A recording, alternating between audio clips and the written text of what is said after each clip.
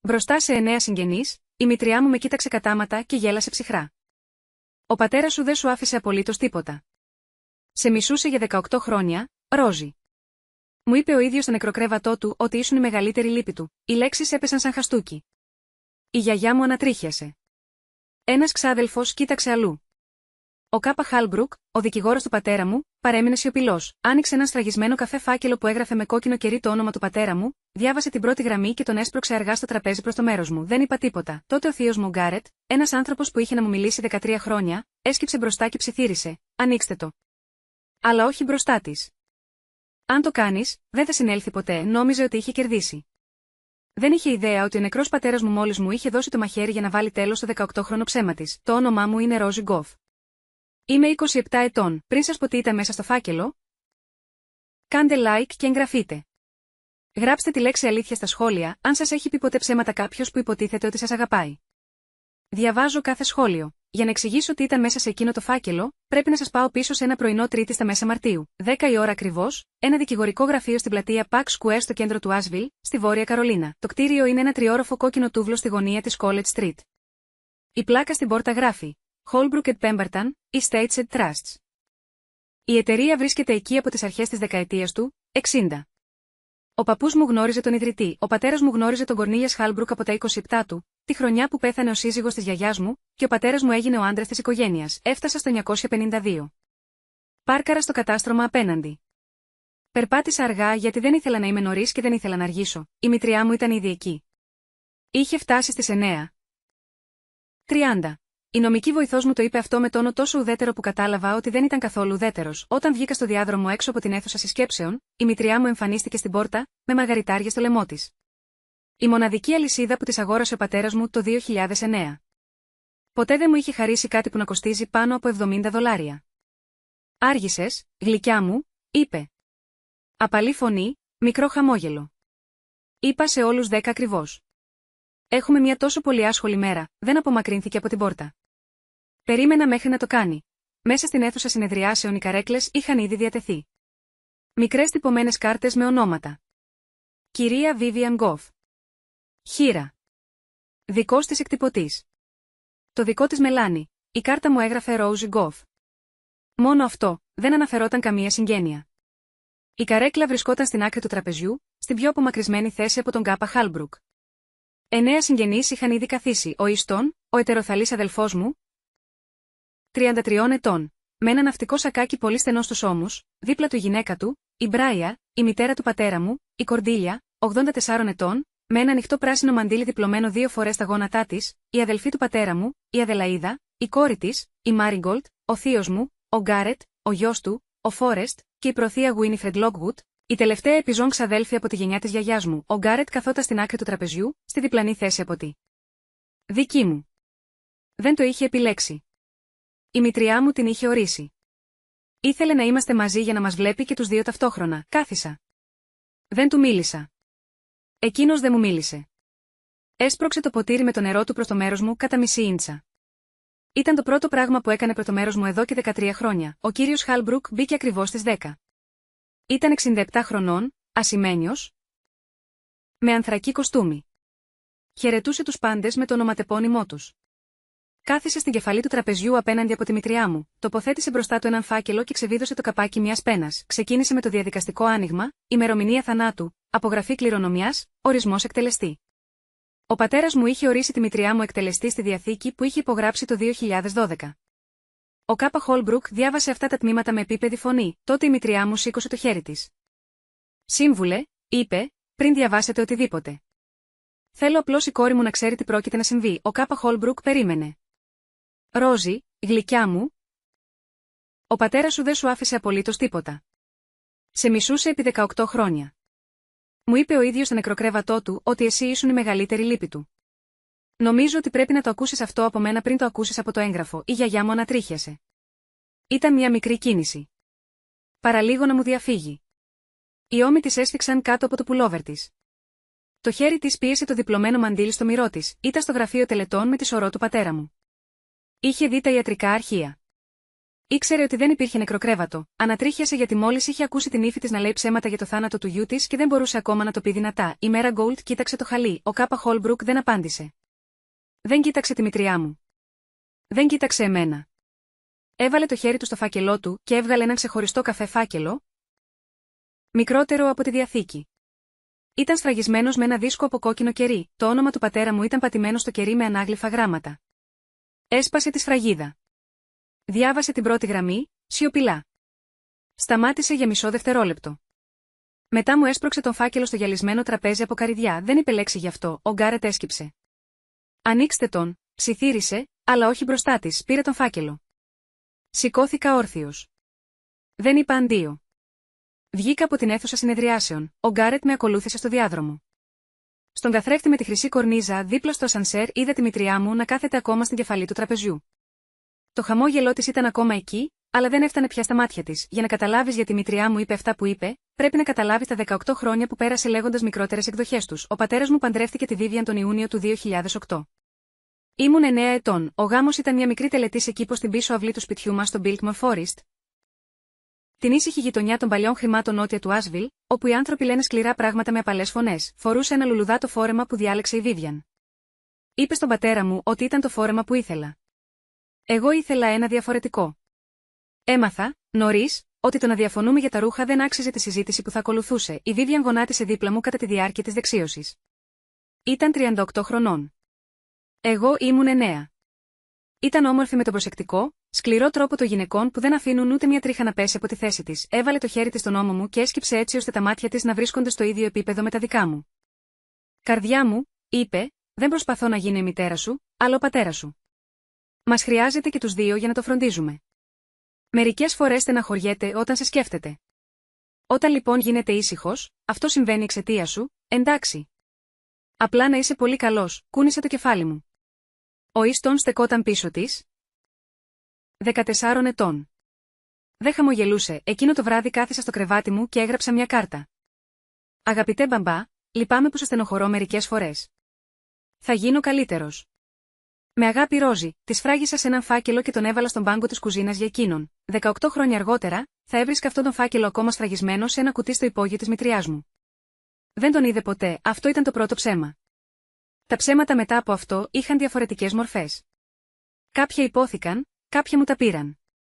Κάποια ήταν πλαστά. Ο πατέρας μου εργαζόταν στο Υπουργείο Μεταφορών της Βόρειας Καρολίνας ως ανώτερος πολιτικός μηχανικός.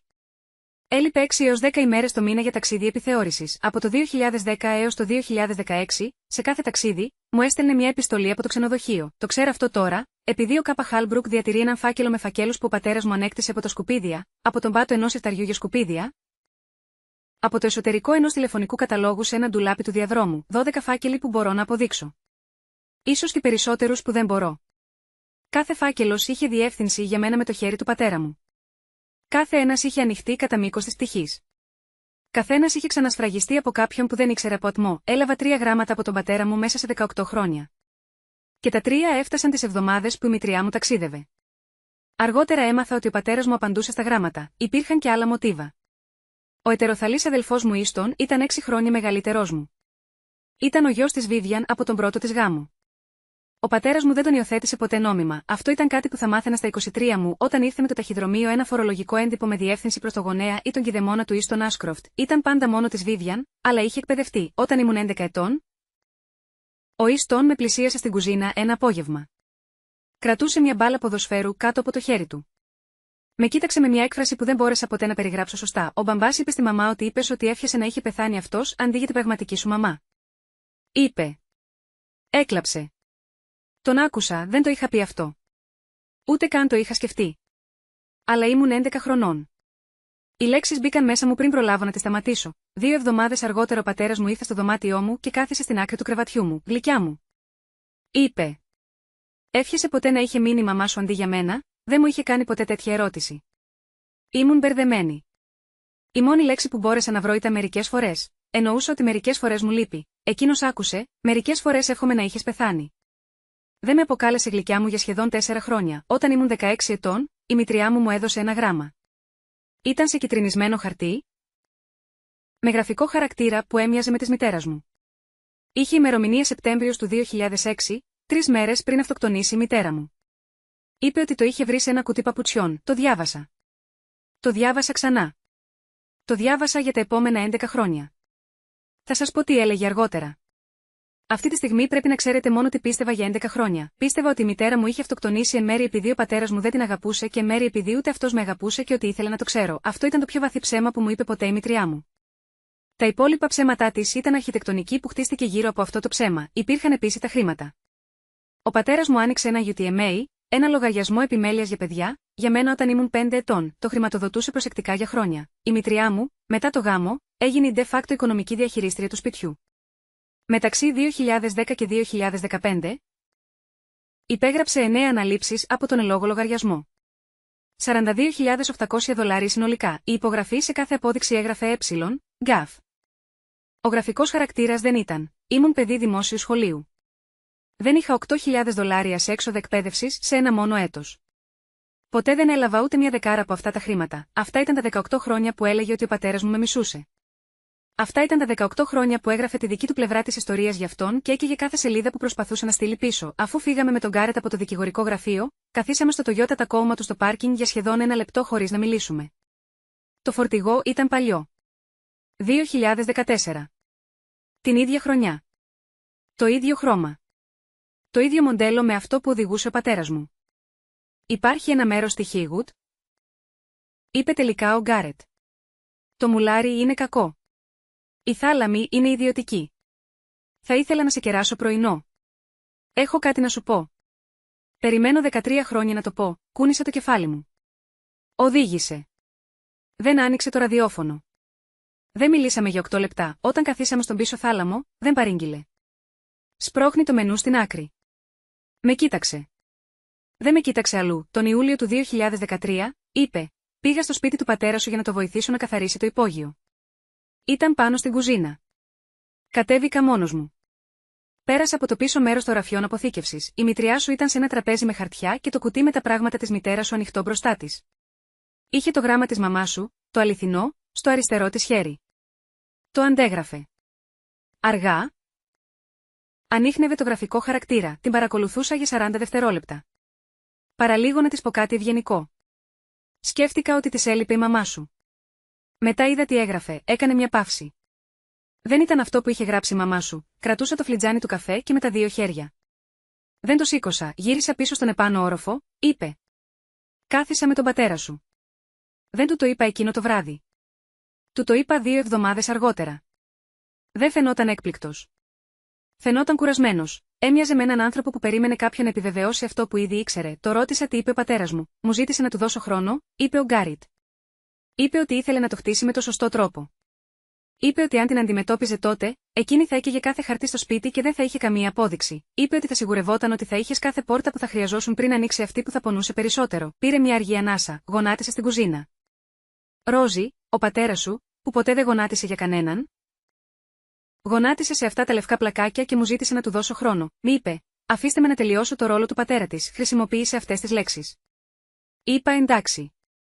Από τότε δεν έχω πει τη λέξη εντάξει με τον ίδιο τρόπο. Το ρώτησα γιατί σταμάτησε να μου μιλάει όταν ήμουν 14 ετών, γιατί ο μόνος τρόπος για να τηρήσω την υπόσχεσή μου σε εκείνον, είπε, ήταν να μείνω τόσο μακριά σου που δεν θα μπορούσα να ξεγλιστρήσω. Αν σε πλησίαζα, θα σου το έλεγα, ο πατέρας σου το ήξερε αυτό για μένα. Μας κρατούσε μακριά επίτηδες. Τον άφησα.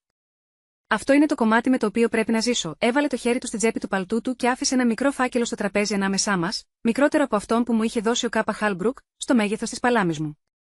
Τον έσπρωξε προς το μέρος μου. Ο πατέρας σου μου το έδωσε αυτό πριν από 6 χρόνια, είπε. Είπε ότι αν του συνέβαινε κάτι πριν το μάθεις, θα έπρεπε να σιγουρευτώ ότι θα μπορούσες ακόμα να μπεις. Χωρίς να τη ρωτήσει, άνοιξε τον φάκελο. Μέσα ήταν ένα κλειδί, ένα απλό ασημένιο κλειδί με μια λωρίδα κόκκινης ηλεκτρικής ταινίας τυλιγμένη γύρω από το φιόγκο. Ήταν η κόκκινη που χρησιμοποιούσε ο πατέρας μου για να σημειώνει τα μηχανολογικά σχέδια. Είναι η καμπίνα, είπε ο Γκάρετ. Το μαύρο βουνό.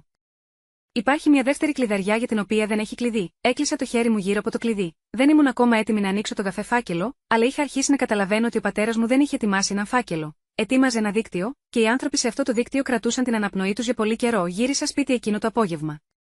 Το διαμέρισμά μου είναι στο West Asheville, ένα υπνοδωμάτιο, ένας πάγκος της κουζίνας με μια σπασμένη γωνία. Έβαλα τον καφέ φάκελο στον πάγκο. Έβαλα το ασημένιο κλειδί δίπλα του. Έφτιαξα τσάι. Κάθισα στον πάγκο και κοίταζα τον φάκελο για 40 λεπτά χωρίς να τον αγγίξω. Μετά τον άνοιξα. Μέσα ήταν ένα γράμμα, 4 σελίδες. Απλό λευκό χαρτί. Ο γραφικός χαρακτήρας του πατέρα μου. Ο ίδιος καθαρός γραφικός χαρακτήρας που χρησιμοποιούσα στα μηχανολογικά του σχέδια. Κάτω από το γράμμα υπήρχε μια στίβα εγγράφο με μικρές χρωματιστές καρτέλες κατά μήκος της δεξιάς άκρης, με ετικέτες από το Α έως το G στο χέρι του πατέρα μου. Διάβασα πρώτα το γράμμα. Η πρώτη γραμμή δεν ήταν για μένα.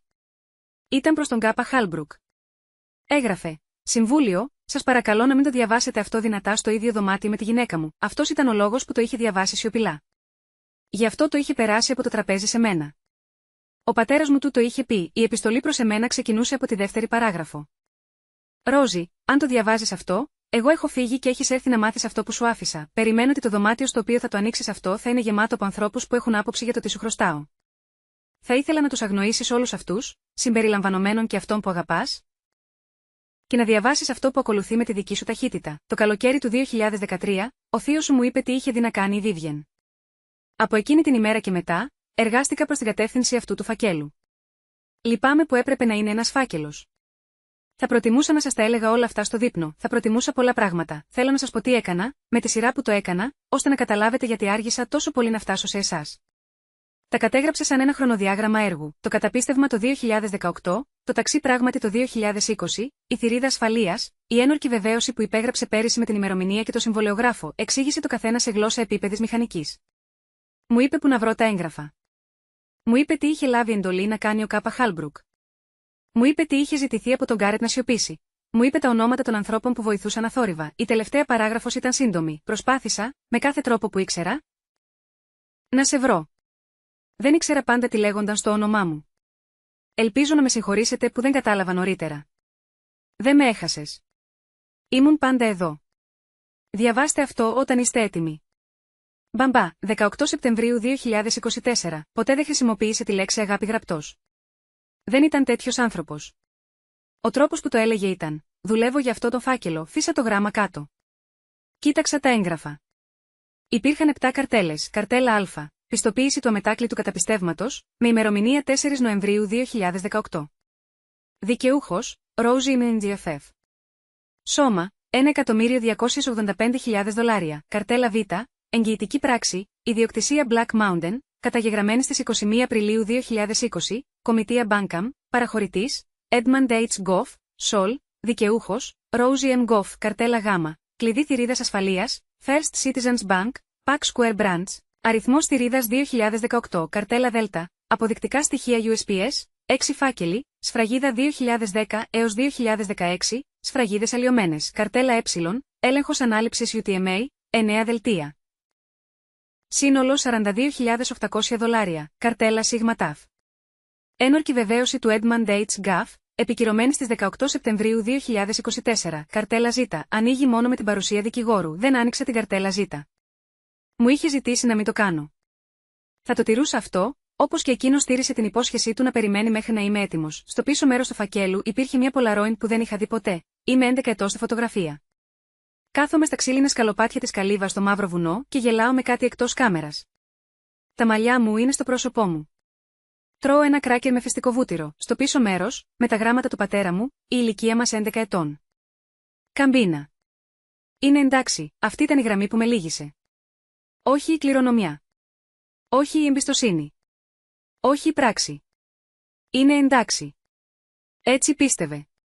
Το είχε γράψει, το είχε κρατήσει σε έναν φάκελο για 16 χρόνια, ώστε να έχω την απόδειξη ότι, τουλάχιστον ένα απόγευμα του 1990, κάποιος που με αγαπούσε με κοίταξε και ήξερε ότι ήμουν καλά. Αν ο πατέρας σας έγραψε ποτέ μια φράση για εσάς που δεν ξέρατε ότι υπήρχε, γράψτε τη λέξη φάκελο στα σχόλια. Θα ήθελα να ξέρω πόσοι από εμάς υπάρχουν εκεί έξω. Πριν σας πω τι υπήρχε στην καρτέλα G, και θα σας πω, πρέπει να σας πω τι έκανε η μητριά μου τις 5 μέρες μετά την ανάγνωση της διαθήκης, γιατί δεν επρόκειτο να αφήσει το φάκελο αναπάντητο. Ήταν μια γυναίκα που είχε περάσει 18 χρόνια κερδίζοντας ελέγχοντας τι λέγεται. Δεν επρόκειτο να σταματήσει μια Τρίτη του Μαρτίου. Ο πρώτος τηλεφωνητής ήρθε στις 4 και 11 το απόγευμα της ίδιας ημέρας. Ήταν γλυκιά. Ήθελε να μάθει αν ήμουν καλά. Σκέφτηκε ότι θα ήταν καλό να μιλήσουμε, είπε το όνομά της και τον αριθμό της στο τέλος, κάτι που είχε να κάνει από τότε που έφυγα για το κολέγιο. Το δεύτερο ήρθε στις 7 εκείνο το βράδυ. Λιγότερο γλυκό. Γλυκιά μου. Νομίζω ότι και οι δύο είπαμε πράγματα σε εκείνο το δωμάτιο που δεν έπρεπε. Ο πατέρας σου, ο Θεός να τον αναπαύσει, δεν θα το ήθελε αυτό. Θα ήθελε να έρθουμε μαζί, ο Easton πιστεύει ότι πρέπει να δειπνήσουμε όλοι μαζί την Κυριακή. Σε παρακαλώ. Για τον πατέρα σου, την τρίτη μέρα έκανα αναφορές στη μητέρα μου. Την τέταρτη μέρα, έκανε αναφορές στον Γκάρετ. Ρόζι. Θα υποθέσω ότι δεν λαμβάνει τα μηνύματά μου, αν αυτό δεν ισχύει, θέλω να ξέρεις ότι ο μικρομετώνο τι σου είπε ο Γκάρετ είναι η εκδοχή ενός άντρα που έχασε την άδειά του το 2013 επειδή δεν μπορούσε να ελέγξει τον εαυτό του γύρω από τις γυναίκες. Θα σκεφτόμουν πολύ προσεκτικά ποιανού το λόγο εμπιστεύεστε, ήταν ένα ψέμα, δεν είχε χάσει καμία άδεια. Ήταν πολιτικός μηχανικός με καθαρό μητρό. Αλλά ήταν ένα χρήσιμο ψέμα για εκείνη. Γιατί τον πρώτο υποθέτησε ως αναξιόπιστο σε περίπτωση που άρχιζα να τον ακούω, δεν τη ξαναπήρα τηλέφωνο. Δεν απάντησα. Αποθήκευσα κάθε φωνητικό μήνυμα σε έναν φάκελο με την ένδειξη αποδεικτικά στοιχεία. Τη δεύτερη μέρα, η ξαδέρφη μου Μέρα Γκόλντ μου έστειλε ένα προσωπικό μήνυμα. Είναι 2 χρόνια μεγαλύτερη μου. Δεν είχαμε έρθει κοντά, ήταν ευγενική σε κάθε οικογενειακή εκδήλωση που είχαμε μοιραστεί, αλλά δεν είχε κάνει αυτό που ήθελα να κάνει, δηλαδή να μου τηλεφωνήσει όταν είδε τη θεία της να με κοροϊδεύει την ημέρα των ευχαριστειών. Είχα σταματήσει να το περιμένω αυτό από οποιονδήποτε, το μήνυμά της ήταν σύντομο. Ρόζι, λυπάμαι πολύ. Πρέπει να σου δείξω κάτι, αυτό που μου έστειλε ήταν ένα στιγμιότυπο οθόνης από ένα ομαδικό μήνυμα. Το group λεγόταν GAF Family. Υπήρχαν 8 μέλη. Δεν ήμουν ένα από αυτά. Το ιστορικό των μηνυμάτων ήταν πάνω από 13 χρόνια πίσω, μου προώθησε το μήνυμα που είχε στείλει η μητριά μου τη νύχτα της ανάγνωσης της Διαθήκης. Οικογένεια. Παρακαλώ καταλάβετε. Η Ρόζι παλεύει εδώ και χρόνια. Ο Έντμουντ και εγώ προσπαθήσαμε να τη βοηθήσουμε. Ο φάκελος είναι μια παρεξήγηση. Ο Κορνέλιους κάνει απλώς αυτό για το οποίο πληρώνεται. Θα το τακτοποιήσω, σας παρακαλώ, μην την εμπλέξετε άμεσα μέχρι να της μιλήσω. Υπήρχαν 2 σκληρά emojis από τη θεία Αδελαΐδα. Δεν υπήρξε καμία απάντηση από την Κορδίλια. Υπήρχαν 3 μπράβο από διάφορα ξαδέρφια. Η Μέρα Γκόλντ έστειλε άλλο ένα μήνυμα. Λυπάμαι πολύ. Θα καταθέσω αν με χρειαστείτε, την ευχαρίστησα. Δεν τη ρώτησα γιατί περίμενε. Την τρίτη μέρα. Ο Easton ήρθε στο διαμέρισμά μου. Στεκόταν στο μικρό τσιμεντένιο πλατίσκαλο έξω από την πόρτα μου με τα χέρια στις τσέπες του παλτού του. Δεν προσπάθησε να μπει μέσα. Δεν ήξερα, είπε.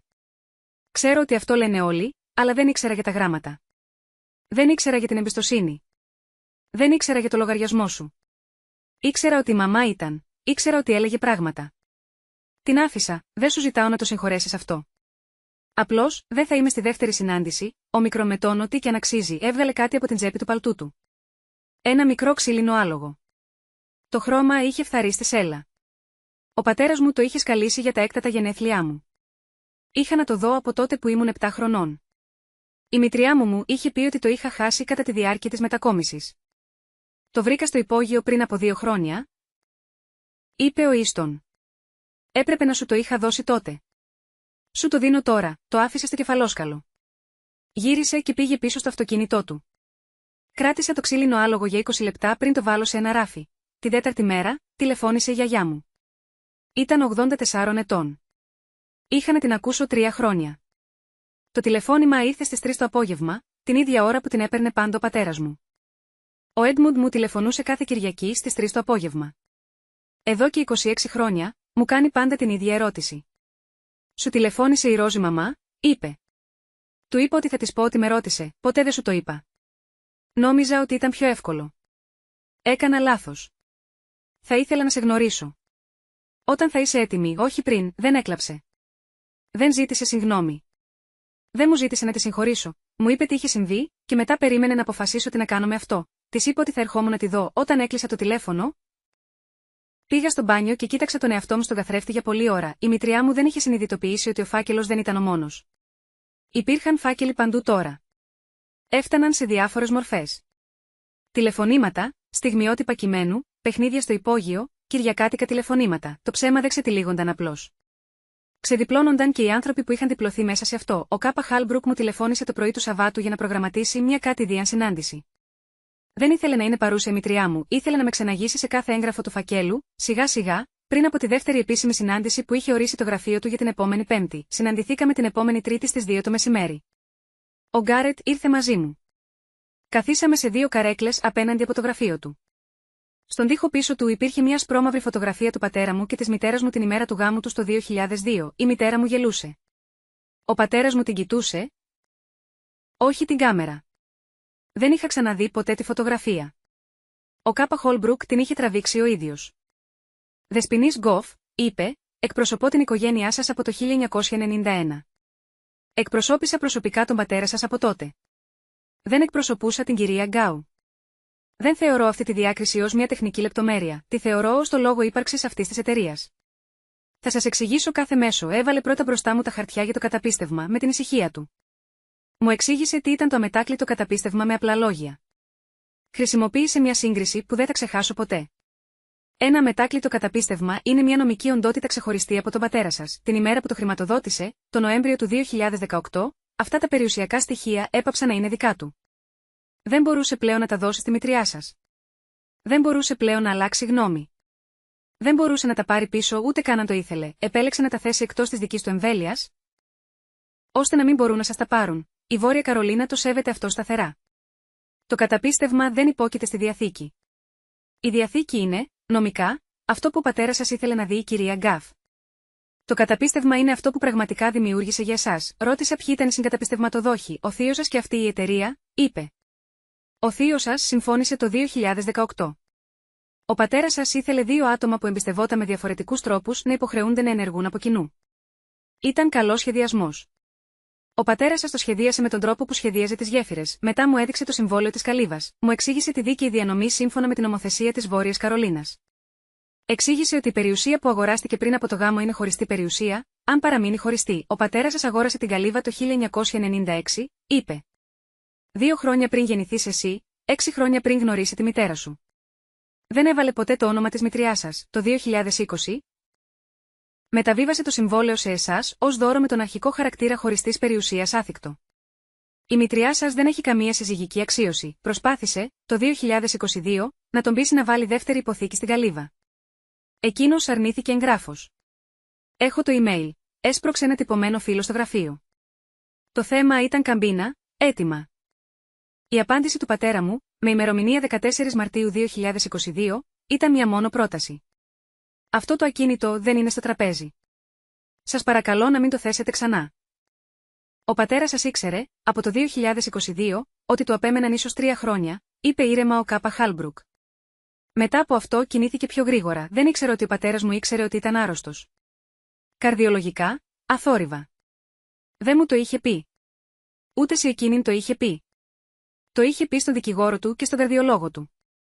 Αυτό ήταν όλο. Τότε ο Κάπα Χόλμπρουκ έφερε τα αποδεικτικά στοιχεία της USPS και τα δελτία UTMA 6 φάκελοι, 9 δελτία ανάληψης. Μια έκθεση γραφολόγου ιατροδικαστή που συνέκρινε τις υπογραφές στα δελτία με την επαληθευμένη υπογραφή του πατέρα μου στην άδεια οδήγησης και στα έγγραφα της εργασίας του. Η έκθεση κατέληξε στο συμπέρασμα ότι και οι 9 υπογραφές δεν συμφωνούσαν με το χέρι του πατέρα μου.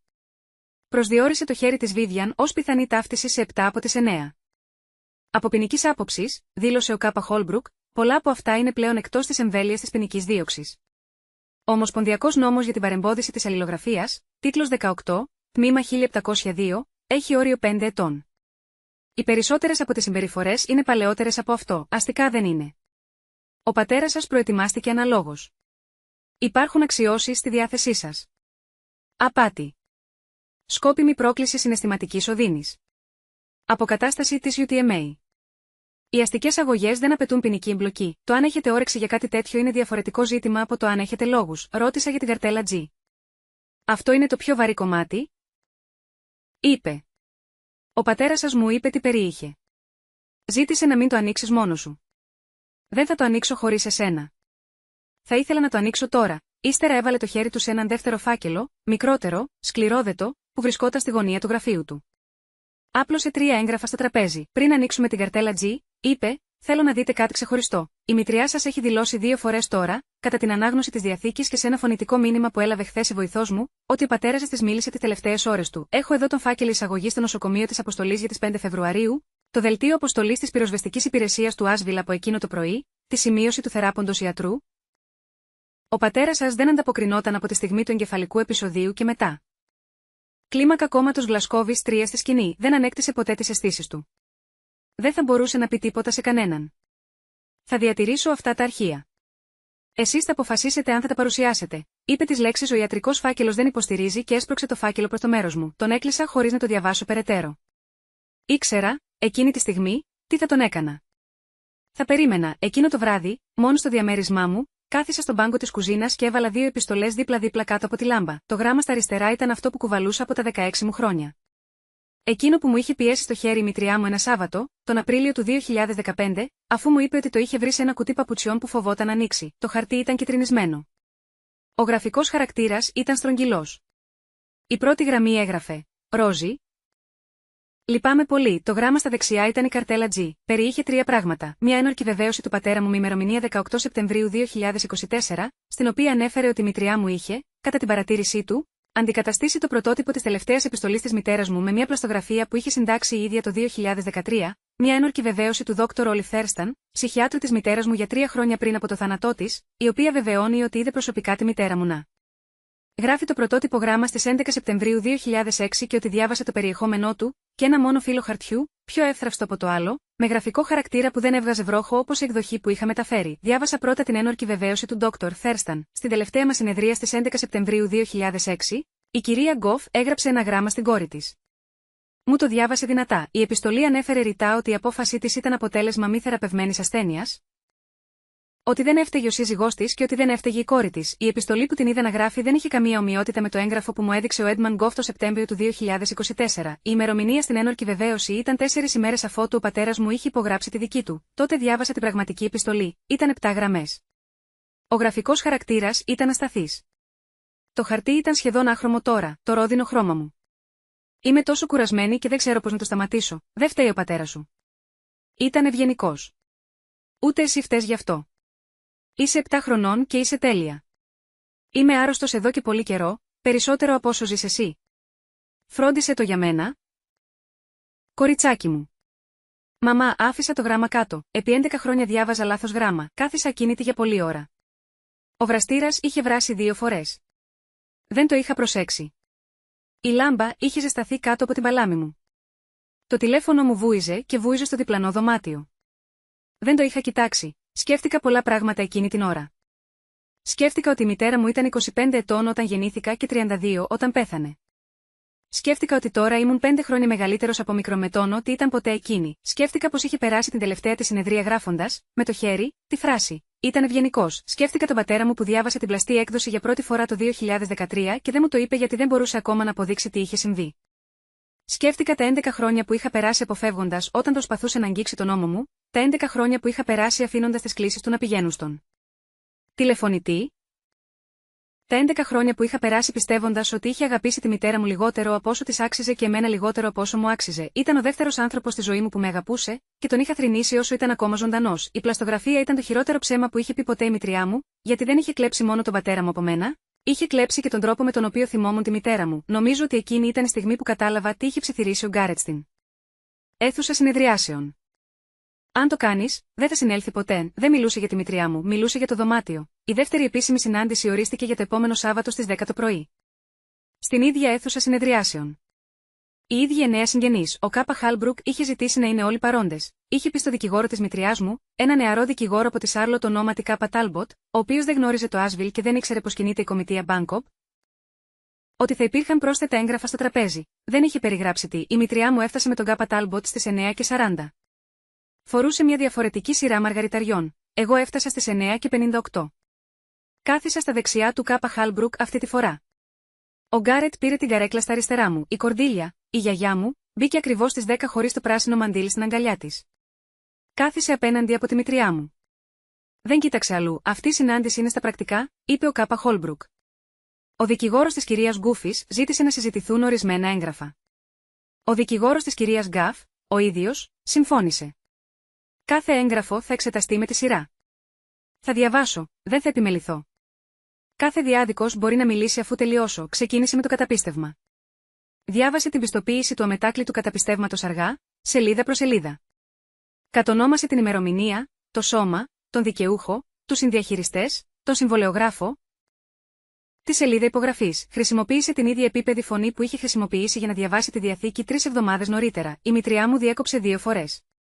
Ο Κάπα Χάλμπρουκ περίμενε κάθε φορά και συνέχισε την ανάγνωση από την ακριβή λέξη στην οποία είχε διακοπεί. Την τρίτη φορά που διέκοψε, σηκώθηκε όρθια. Αυτό δεν μπορεί να είναι έγκυρο, είπε. Ο Έντμουντ θα μου το είχε πει. Ποτέ δεν θα το έκανε αυτό χωρίς να μου το πει. Πρόκειται για κάποιο είδους πλαστογραφία. Κυρία Γκάου, είπε ο Κάπα Χόλμπρουκ, το καταπίστευμα υπογράφηκε σε αυτό το γραφείο στις 4 Νοεμβρίου 2018. Ήταν μάρτυρας ο συνεργάτης μου Κάπα Πέμπαρταν. Επικυρώθηκε από την κυρία Κάλγουελ. Είναι αμετάκλητο. Δεν αποτελεί μέρος της διαθήκης, το καταπίστευμα δεν υπόκειται στην ένστασή σας, κάθισε πάλι κάτω. Το χέρι της ακουμπούσε στο τραπέζι. Δεν κοίταξε τον δικηγόρο της. Ούτε εκείνος την κοίταξε. Ο Ιστόν, 3 θέσεις πιο πέρα, κοιτούσε τον καφέ του, ο Κάπα Χόλμπρουκ κινήθηκε πράγματι προς το ταξί. Διάβασε τη σφραγίδα καταχώρησης από την Κομιτεία Μπάνκοπ, βιβλίο 5921, σελίδα 188. Διάβασε την ημερομηνία μεταβίβασης της δωρεάς, τον Απρίλιο του 2020. Έδειξε το μήνυμα ηλεκτρονικού ταχυδρομείου από το Μάρτιο του 2022. Κατέθεσε την έδρα της ταχυδρομικής αποστολής, πήγε στα αποδεικτικά στοιχεία της USPS, τοποθέτησε 6 φακέλους στο τραπέζι. Διάβασε δυνατά κάθε ταχυδρομική σφραγίδα. Επισήμανε την αλλίωση της σφραγίδας σε κάθε έναν. Αυτοί οι φάκελοι απευθύνονταν στην κυρία Γκοφ μεταξύ 2010 και 2016, είπε, ανακτήθηκαν από τη θηρίδα ασφαλείας του Κάπα Γκοφ, όπου τους φύλαγε από τη χρονιά που έλαβε πίσω τον πρώτο. Δεν τους κατέστρεψε. Παραθέτω το σημείωμά του. Επειδή μπορεί να μην με πιστέψει χωρίς να το δει, ο γιος του Φόρεστ Γκάρετ, 35 ετών, σηκώθηκε όρθιος. Δεν είπε τίποτα. Βγήκε έξω από την αίθουσα συνεδριάσεων. Δεν επέστρεψε, η Βίβιαν ήταν εκείνη που είχε φροντίσει τον Φόρεστ όταν ήταν 10 ετών. Την είχε αγαπήσει. Δεν την αγαπούσε πια, ο Κάπα Χόλμπρουκ μετακόμισε στη UTMA. Τοποθέτησε 9 δελτία ανάληψης στο τραπέζι. Τοποθέτησε δίπλα του την έκθεση των γραφολόγων της ιατροδικαστικής υπηρεσίας. Διάβασε το συμπέρασμα με ήρεμη φωνή και οι 9 υπογραφές δεν συνάδουν με το χέρι του Κάπα Γκάου. 7 από τις 9 παρουσιάζουν χαρακτηριστικά που συνάδουν με το χέρι της κυρίας Γκάου. Το συνολικό ποσό που αποσύρθηκε από το λογαριασμό του ανηλίκου μεταξύ 2010 και 2015 είναι $42.800. Ο ανήλικος δεν έλαβε αυτά τα χρήματα, η μητριά μου δεν είπε τίποτα. Ο Κάπα Χόλμπρουκ προχώρησε στην επιστολή. Δεν θα διαβάσω καμία από τις 2 επιστολές δυνατά, είπε. Θα πω μόνο μικρομετώνω τι είναι απαραίτητο. Η πρώτη επιστολή, αυτή που δόθηκε στην Κάπα Γκοφ τον Απρίλιο του 2015, είναι, σύμφωνα με την εγκληματολογική ανάλυση, γραμμένη σε χαρτί που κατασκευάστηκε το 2011, δεν μπορεί να έχει γραφτεί από μια γυναίκα που πέθανε το 2006. Η δεύτερη επιστολή, το πρωτότυπο, πιστοποιείται από τον θεράποντα ψυχίατρο που ήταν μάρτυρας της σύνταξής της. Θα εισαγάγω την ένορκη βεβαίωσή της στα πρακτικά, το στόμα της μητριάς μου άνοιξε. Έκλεισε, ο Κάπα Τάλμποτ έσκυψε προς το μέρος της και της ψιθύρισε. Δεν τον άκουσε. Τότε ο Κάπα Χάλμπρουκ έπιασε τον δεύτερο φάκελο. Υπάρχει ένα ακόμη θέμα στα πρακτικά, είπε.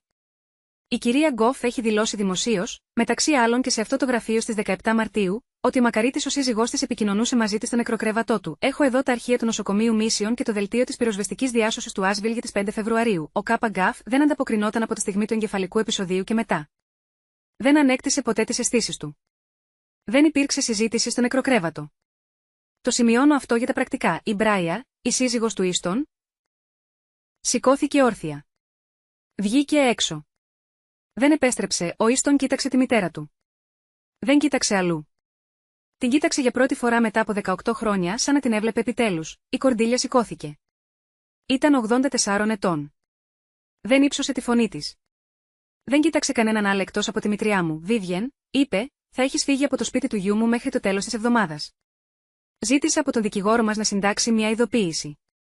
Την έχει ο Κάπα Χάλμπρουκ. Το σπίτι ήταν στο όνομα του συζύγου μου όταν πέθανε και πέρασε σε μένα. Το 2010 έκανα παραίτηση από το σπίτι στον Έντμουντ, αλλά διατήρησα ισόβιη ιδιοκτησία για τον εαυτό μου. Ο γιος μου ήταν ο υπόλοιπος. Το σπίτι δεν ανήκε στο γιο μου. Το είχε στην κατοχή του για μένα. Αυτή η ισόβιη ιδιοκτησία είναι δική μου. Τερματίζω την ευγένεια. Θα ήθελα το σπίτι μου πίσω, η μητριά μου δεν το ήξερε. Είχε περάσει 18 χρόνια διακοσμώντας ένα σπίτι που δεν της ανήκε. Η Αδελαΐδα πλησίασε και έβαλε το χέρι της στον ώμο της Κορντίλιας. Ήταν η πρώτη φορά που άγγιζε τη μητέρα της μπροστά στην οικογένειά της εδώ και πολλά χρόνια. Εγώ σηκώθηκα. Πήρα το ξύλινο αλογάκι από την τσάντα μου. Αυτό που είχε αφήσει ο Ιστόν στο κατόφλι μου. Το έβαλα στο καρυδότσουφλο τραπέζι μπροστά στη Βίβιεν, δεν ύψωσα τη φωνή μου. Δεν θέλω τη συγγνώμη σας, είπα. Δεν πρόκειται να σου δώσω τη δική μου, 2 προτάσεις. Τίποτα περισσότερο. Κάθισα κάτω. Εκείνη σηκώθηκε. Κανείς δεν σηκώθηκε μαζί της. Ο Κάπα Τάλμποτ έκλεισε ήσυχα το φάκελό του. Η συνεδρίαση έληξε χωρίς απόφαση. Γιατί δεν υπήρχε τίποτα άλλο για να αποφασίσει. Αν έχετε σταθεί ποτέ σε ένα δωμάτιο και έχετε παρακολουθήσει κάποιον να χάνει τους ανθρώπους πάνω στους οποίους είχε χτίσει τη ζωή του χωρίς να υψώσετε τη δική σας φωνή, αφήστε τη λέξη ήσυχα στα σχόλια. Νομίζω ότι είμαστε περισσότεροι από όσους ο κόσμος συνειδητοποιεί. Ο Κάπα Χόλμπρουκ κατέθεσε την αστική αγωγή το πρωί της Δευτέρας, 3 αξιώσεις και μια καταμέτρηση επιστροφής, σκόπιμη πρόκληση συναισθηματικής δυσφορίας, απάτη του κοινού δικαίου, αδικοπραξία για την αλλίωση του άνδρα, επιστροφή UTMA με τόκο με το νόμιμο επιτόκιο. Ο Κάπα Τάλμποτ του τηλεφώνησε την Τρίτη. Είπε ότι ο πελάτης του επιθυμούσε να συμβιβαστεί. Ζήτησε όρους. Κάθισε στο γραφείο του Κάπα Χόλμπρουκ την επόμενη Δευτέρα το πρωί, ενώ εκείνος έγραφε τους όρους χειρόγραφα σε ένα νομικό μπλοκ. Δεν συμβουλεύτηκε το δικηγόρο της Vivian για κανέναν από αυτούς, συμβουλεύτηκε εμένα. Αποποίηση ευθύνης, είπε όλα, έγραψε. Η Κάπα Γκοφ αποποιείται κάθε συμφέρον στο μετάκλητο καταπίστευμα με ημερομηνία 4 Νοεμβρίου 2018 και στο ακίνητο Black Mountain που καταγράφηκε στις 21 Απριλίου 2020. UTMA, ρώτησε. Πλήρης αποκατάσταση, είπα. Συν, 8 χρόνια τόκον, έγραψε. $58.400, πληρωτέα εφάπαξ εντός 30 ημερών. Η έκθεση του ιατροδικαστή γραφολόγου, ρώτησε. Δημόσια, είπα. Στα πρακτικά. Έτσι δεν μπορεί να πει ότι δεν συνέβη ποτέ, δεν υπάρχει διάταξη περί μη επαφής. Είπα ναι, έκανε μια παύση. Υπάρχει μια ακόμη ρήτρα που θα ήθελε ο πατέρας σας, είπε. Θα τη συντάξω. Εσείς θα μου πείτε αν θα τη συμπεριλάβω, τη συνέταξε. Η κυρία Γκοφ θα υπογράψει και θα αναγνωρίσει μια γραπτή δήλωση ότι οι δηλώσεις που έκανε στις 17 Μαρτίου 2026, σχετικά με μια συνομιλία στο νεκροκρέβατο με τον εκλειπώντα, δεν ήταν ακριβής. Η δήλωση αυτή θα καταχωρηθεί στο δημόσιο αρχείο ως μέρος του φακέλου του διακανονισμού. Το διάβασα 2 φορές. Να συμπεριληφθεί? Είπα, την υπέγραψε στις 6 Απριλίου. Ο Κάπα Χόλμπρουκ με είχε εκεί. Είχε απλώσει τα έγγραφα το προηγούμενο βράδυ. Είχε χρησιμοποιήσει την πένα που είχε χρησιμοποιήσει ο πατέρας μου για να υπογράψει το καταπίστευμα το 2018. Το είχε τοποθετήσει στο τραπέζι δίπλα στη γραμμή υπογραφής. Δεν είπε τίποτα για το στυλό, δεν ρώτησε, το πήρε. Υπέγραψε. Έφυγε από το γραφείο. Δεν επέστρεψε στην πλατεία ΠΑΚ. Ο Ίστον μου έγραψε ένα σύντομο email στις 31 Μαρτίου. Ρόζι, της είπα ότι είμαι εκτός. Λάξα τον αριθμό μου, μετακομίζω στον Μπουν τον Ιούνιο. Αν ποτέ θελήσετε να μιλήσετε, μόνο αν, ο νέος μου αριθμός είναι παρακάτω. Αν όχι. Καταλαβαίνω. Δεν υπέγραψε αδελφός. Υπέγραψε Κράτησα το νούμερο. Δεν έστειλα μήνυμα. Όχι ακόμα. Η γιαγιά μου τηλεφώνησε στον Κάπα Χάλμπρουκ την πρώτη ημέρα του Απριλίου και έγραψε ξανά τη δική της διαθήκη. Έβαλε στην άκρη το 60% της περιουσίας της για μια υποτροφία στο όνομα της μητέρας μου. Την υποτροφία Μάραν Χόλαγεϊ Γκοφ για παιδαγωγούς πρώιμης παιδικής ηλικίας στην Κομιτεία Μπάνκαμ μου ζήτησε να συμμετέχω στην επιτροπή. Έπρεπε να το είχα κάνει αυτό πριν από 20 χρόνια, είπε. Δεν το έκανα. Το κάνω τώρα. Μόνο αν θέλετε. Χωρίς πίεση, είπα ναι. Υπάρχει μια μικρή ρήτρα που έγραψε η ίδια με το χέρι της και που ο οικογενειακός δικηγόρος μου είπε ότι έπρεπε να την παλέψει για να μην την αφαιρέσει. Οι αποφάσεις απονομής λαμβάνονται με πλειοψηφία της Επιτροπής και όχι από το δωρητή. Ο ρόλος του δωρητή είναι να χρηματοδοτεί, όχι να αποφασίζει. Είχε πάρει το μάθημα του γιού της, αθόρυβα.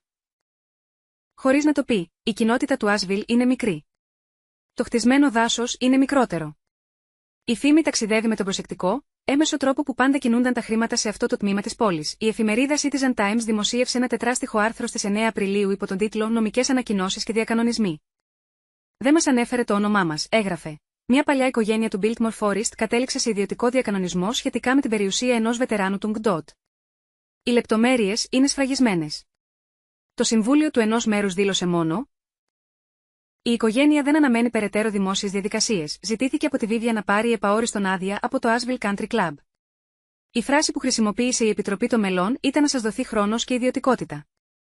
Η ίδια δεν το αμφισβήτησε, μετακόμισε από το Biltmore Forest House στις 11 Απριλίου. Η γιαγιά μου επέστρεψε 3 μέρες αργότερα.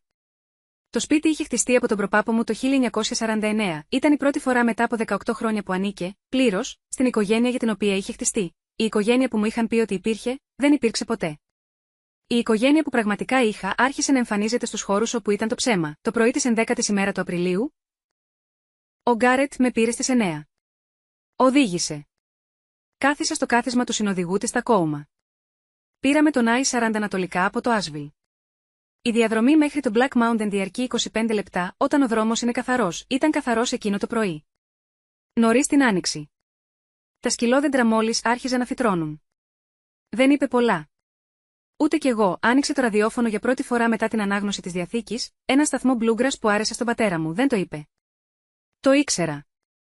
Ήρθες εδώ μαζί του? Ρώτησα όταν περάσαμε την έξοδο του παλιού οχυρού. Μια φορά το χρόνο, είπε, το τελευταίο Σαββατοκύριακο του Απριλίου, έφερνε σάντουιτς. Δεν είπε ποτέ γιατί εκείνο το Σαββατοκύριακο. Κούνησα το κεφάλι μου. Η μητέρα μου πέθανε στα τέλη Σεπτεμβρίου, αλλά είχε ζητήσει κάποτε, σε μια συνεδρία για την οποία μου μίλησε αργότερα ο Δόκτωρ Θέρστον, να διασκορπιστεί η τέφρα της την επόμενη άνοιξη. Ο πατέρας μου περίμενε τους 7 μήνες. Είχε περιμένει και τα επόμενα 36 χρόνια, τέλη Απριλίου. Ήσυχα. Μόνος, η καλύβα βρίσκεται σε ένα μικρό οικόπεδο στην οδό Πάντγκετ. Μαύρες καρυδιές κατά μήκος της γραμμής του οικοπέδου, ένα μικρό δρόμο με βότσαλα, μια ξύλινη βεράντα με 2 σκαλοπάτια και ένα κυγκλίδωμα που ο πατέρας μου έφτιαξε μόνος του όταν ήταν 36 ετών. Η ίδια η καλύβα είναι μικρή, 2 υπνοδωμάτια, μια κουζίνα, μια πέτρινη εστία. Δεν έχει τηλεόραση. Ούτε ίντερνετ. Δεν υπήρξε ποτέ ανάγκη για κανένα από τα δύο. Φτάσαμε στις 11 μετά μεσημβρίαν. Το 2014, η κλειδαριά γύρισε καθαρά. Η δεύτερη κλειδαριά, αυτή που ο Γκάρετ είχε μαζί του το κλειδί, γύρισε. Μπήκα μόνος μου πρώτος. Ο Γκάρετ περίμενε στη βεράντα. Μέσα, ο αέρας ήταν κρύος και ξηρός. Η εστία ήταν καθαρή. Τα ξύλα ήταν στιβαγμένα δίπλα της. Υπήρχε μια διπλωμένη κουβέρτα στο μικρό καναπέ. Ο πατέρας μου είχε πάει εκεί τον Οκτώβριο, πριν από το εγκεφαλικό. Είχε διπλώσει ο ίδιος την κουβέρτα, οι γωνίες της ήταν απόλυτα τετράγωνες. Περπάτησα μέσα στην καμπίνα χωρίς να ξεπακετάρω. Άγγιξα την πλάτη της καρέκλας του. Άγγιξα τον πάγκο της κουζίνας. Άγγιξα το περβάζι του παραθύρου πάνω από τον νεροχύτη, εκεί όπου, στη φωτογραφία, ένας 11χρονος εαυτός μου είχε κάποτε σκύψει για να κοιτάξει ένα ελάφι στην αυλή. Μετά βγήκα στο μικρό κήπο στη νότια πλευρά της καμπίνας. Οι χιονάνθρωποι είχαν σηκωθεί. Ο πατέρας μου τις είχε φυτέψει το 2007. Τη χρονιά μετά τον θάνατο της μητέρας μου, του είχε πει κάποτε ότι οι χιονίστρες ήταν το μόνο λουλούδι που είχε το θάρρος να βγει πριν από όλα τα άλλα. Το είχε θυμηθεί αυτό. Τα είχε φυτέψει σε μια λωρίδα κατά μήκος του νότιου τοίχου. Είχε σκαλίσει ένα μικρό κομμάτι ξύλου με τα αρχικά της μητέρας μου και το είχε χώσει στο χώμα στην αρχή της λωρίδας. MG20-07. Οι χιονόχορτες ήταν μια μικρή λευκή διαρροή στο νότιο τοίχο. Είχαν ανέβει χωρίς να τους το πει κανείς, γονάτισα. Άγγιξα το ξύλινο σημάδι. Η άκρη του δαχτύλου μου επέστρεψε με μια κοιλίδα υγρού χώματος. Δεν την έσβησα. Την άφησα να μείνει. Όταν επέστρεψα μέσα έκανα 3 πράγματα. Έβαλα τον καφέ φάκελο στο τζάκι πάνω από την εστία. Τον αυθεντικό, σφραγισμένο τώρα μέσα σε μια μικρή διάφανη θήκη, έβαλα το αληθινό γράμμα της μητέρας μου, το 7γραμμο, σε μια απλή ξύλινη κορνίζα που είχα βρει στο ντουλάπι και το έβαλα δίπλα στο φάκελο. Τοποθέτησα την Polaroid του εαυτού μου στα 11 χρόνια μου δίπλα και στα 2. Στάθηκα για πολλή ώρα μπροστά στην εστία. Δεν έκλαψα. Είχα κλάψει για 30 λεπτά στο αυτοκίνητο στο δρόμο για το σπίτι από την πλατεία Πακ τη νύχτα που ο Κάπα Χόλμπρουκ μου είχε δείξει τα ιατρικά αρχεία. Είχα κλάψει μια φορά, δεν θα έκλαιγα ξανά για πολύ καιρό, είπα ένα πράγμα δυνατά σε κανένα συγκεκριμένο. Εντάξει, είπα. Εντάξει. Μετά βγήκα στη βεράντα. Ο Γκάρετ καθόταν στο πάνω σκαλοπάτι. Κοιτούσε τις χιονόχορτες. Κάθισα δίπλα του. Δεν είπαμε τίποτα για πολλή ώρα. Το φως άρχισε να αλλάζει. Μια τσίχλα φώναζε κάπου κάτω στις δάφνες. Σηκώθηκα. Γύρισα μέσα. Έκλεισα την πόρτα πίσω μου. Και δεν την κλείδωσα. Δεν υπήρχε κανένας άλλος που έπρεπε να κρατήσω έξω, ήμουν 27 χρονών. Η μητέρα μου ήταν 32 ετών όταν σταμάτησε να είναι ζωντανή. Ο πατέρας μου ήταν 62 όταν σταμάτησε να είναι ζωντανός. Είχα 35 χρόνια πάνω της και μπροστά μου, και δεν είχα ιδέα τι θα τα έκανα όλα αυτά. Αλλά ήξερα ότι δεν επρόκειτο να περάσω κανένα από αυτά μέσα στην ιστορία που είχε γράψει η Vivian Ashcroft για μένα. Επί 18 χρόνια μου έλεγαν ότι με είχα μισήσει. Όλο αυτό τον καιρό με αγαπούσαν. Η απόδειξη ήταν σε έναν φάκελο. Ο φάκελος ήταν σε ένα φάκελο. Ο φάκελος ήταν σε ένα σιρτάρι. Το σιρτάρι βρισκόταν σε ένα γραφείο στην πλατεία Πακ. Το γραφείο περίμενε, ο πατέρας μου χρειάστηκε 8 χρόνια για να το φτιάξει. Ο θείος μου χρειάστηκε 13 χρόνια για να το κρατήσει σιωπηλό. Η γιαγιά μου χρειάστηκε 84 χρόνια για να μάθει τι να πει την κατάλληλη στιγμή. Μου είχε πάρει 40 λεπτά για να διαβάσω, δεν ήμουν εγκαταλελειμμένος. Με προστάτευαν με έναν τρόπο που δεν είχα καταλάβει ακόμα.